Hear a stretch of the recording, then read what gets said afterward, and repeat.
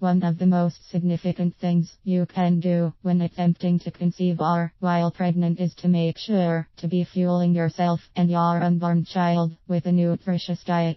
Pregnancy is taxing on the body, and it is often hard or near impossible to obtain all the recommended nutrients without vitamin supplementation.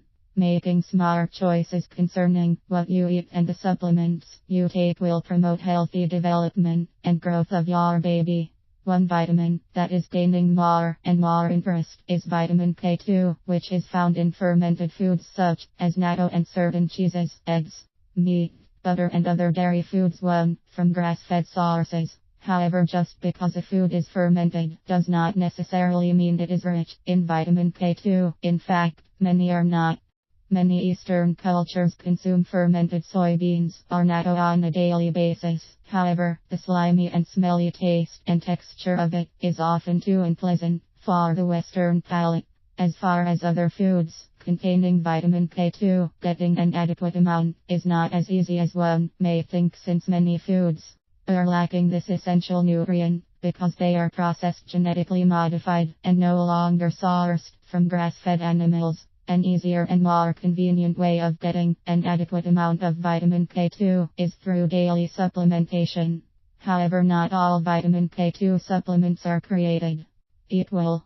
When choosing a vitamin K2 supplement, quality, dosage and type of vitamin K2 is important. The optimal quality of vitamin K2 is in the natural form of MK7 because it has a longer half-life, meaning it stays in your system longer and the body better absorbs it. In healthy individuals, research has not reported any side effects, adverse reactions or known toxicity as a result of large doses of vitamin K2. In fact, many Eastern cultures consume 30600 mcg of natto daily. Inside the human body, vitamin K2 is involved in many processes that are critical for a healthy pregnancy and baby, such as blood coagulation, bone metabolism and other calcium-dependent events. Research into the health benefits of vitamin K2 is still in its infancy, with more and more work being done.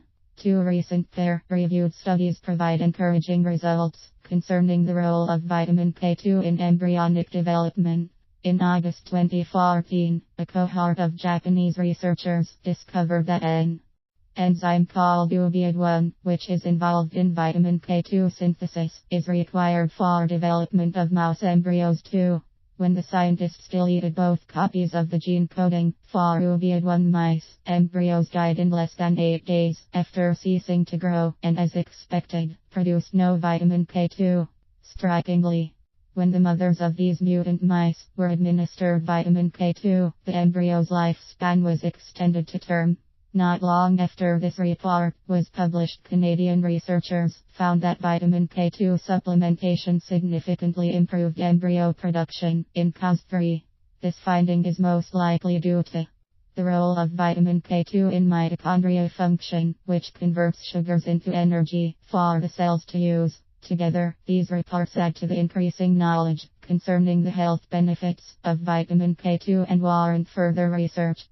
For more research on vitamin K2, visit http://www.innerenzyme.com. References: 1. Elder S. et al. Vitamin K contents of meat, dairy, and fast food in the U.S. diet. J. Agric. Food Chem 2006. 54-63 467. 2. Nakagawa K. et al. Vitamin K2 biosynthetic enzyme UBID1 is essential for embryonic development of mice. PLOS 1 2014 98 E104078. 3. Baldasaja Baldian et al. Improvement of bovine in vitro embryo production by vitamin K2 supplementation. Reproduction 2014 148 5 489-97.